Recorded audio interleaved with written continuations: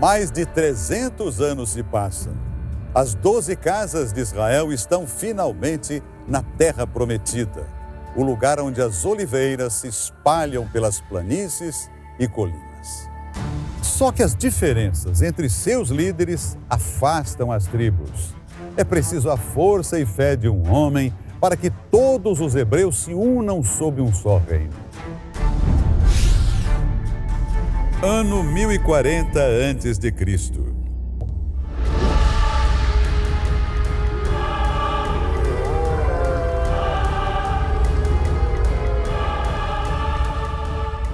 Há mais de 3.000 anos, o território de Israel está dividido entre as 12 tribos.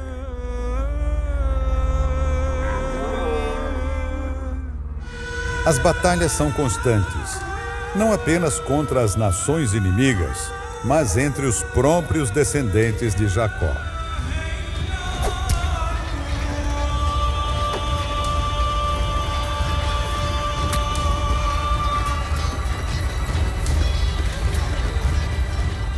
Cansado, o povo hebreu quer um rei capaz de liderar as tribos como se fosse uma só.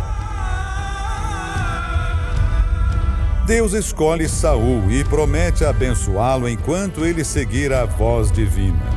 Mas as tribos continuam separadas e não demora muito para Saul decidir seguir seu próprio coração. E assim como você rejeitou a palavra do Senhor, Ele também te rejeitou, para que não seja mais rei. O profeta Samuel está preocupado. A resposta está em um menino de uma família de pastores. Davi tem a força e a fé necessárias para unir o povo de Israel. Como então justificar a escolha de Deus, em vez de escolher tantos homens guerreiros, escolher justamente um meninote? Deus vai mostrar que ele pode usar, inclusive, esse rapazinho. Achei a Davi, meu servo, com santo óleo o ungi, com o qual a minha mão ficará firme e o meu braço o fortalecerá. O menino é acolhido pelo rei Saul, que se encanta com sua habilidade com a harpa e com os belos salmos que ele recita. Mas quando o exército de Saul é desafiado pelos inimigos filisteus, aquele jovem franzino se mostra um guerreiro destemido e inteligente. O feito de Davi naquele dia é lembrado até hoje. Os adversários têm como trunfo um gigante, Golias, o mais forte entre todos os soldados. Meu Deus do céu, é realmente um gigante. O que os arqueólogos já descobriram é um pedaço, um fragmento de cerâmica, que é da cidade de origem de Golias, onde você tem ali vários nomes escritos e nomes muito próximos do nome Golias. O único que demonstra valentia nesse momento é o pequeno Davi. Eu mataria o gigante.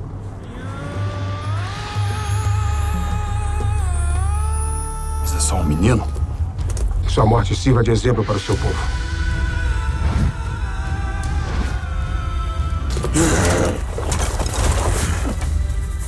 Os próprios hebreus não acreditam em Davi. É o fim. Ele vai ser trucidado.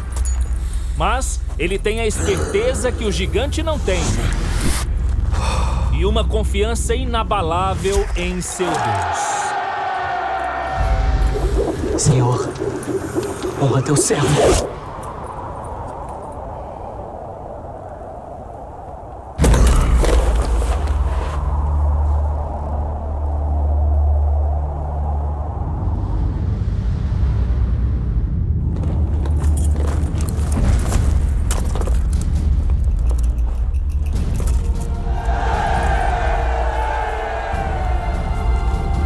Houve ali, mais uma vez, a manifestação do poder de Deus. Não foi uma luta comum humana. Ali, mais uma vez, a gente tem a luta do Deus de Israel contra o Deus dos filisteus. Ano 1010 a.C. 30 anos depois de ser apontado como escolhido de Deus, Davi conquista a cidade símbolo dos hebreus. Aqui será estabelecido o reino de Israel. Esta é a cidade que Deus nos deu para morar. Jebus agora é nossa e será chamada Jerusalém. Fiz uma aliança com o meu escolhido e jurei ao meu servo Davi, dizendo: a tua semente estabelecerei para sempre e edificarei o teu trono de geração em geração. Nossa equipe teve acesso ao que restou desta época em Israel. Eli Shukron é o arqueólogo responsável por descobrir as ruínas da Jerusalém antiga. É a chamada Cidade de Davi. Se você levar em conta os achados arqueológicos, vai perceber que Davi é uma realidade e não apenas um nome nos livros. Nossa jornada segue embaixo da terra. Os vestígios da época de Davi se tornam ainda mais claros. Esses degraus aqui na nossa frente faziam parte desta muralha que protegia a cidade de Davi e protegia principalmente as fontes de água que ficavam lá embaixo, que é para onde a gente vai agora. Let's go? Descemos até o coração da antiga cidade.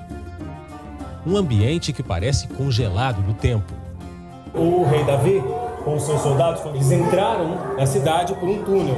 E é esse túnel que nós vamos entrar agora, que os soldados entraram há mais de 3.000 anos para conquistar Jerusalém. Um trajeto estreito, pouco iluminado, mas com um significado que enche cada canto dessas paredes de pedra. Não é impressionante? Há 3.000 anos, soldados passavam por aqui para conquistar Jerusalém. Ano 970 a.C. Após a conquista de Jerusalém, Davi reina por mais de 40 anos. As escrituras referem-se a ele como o único homem segundo o coração de Deus. Cria em mim, ó Deus, um coração puro e renova em mim um espírito reto. Em seu leito de morte, o rei Davi passa a coroa para o seu filho. Cabe a Salomão a tarefa de construir um templo para Deus. Davi terminou a unificação, fez sua capital, mas ele combateu com muitos povos. O Davi era um homem de guerra. A mão dele tinha derramado muito sangue. E Deus falou: ninguém que derramou tanto sangue pode construir uma casa para mim.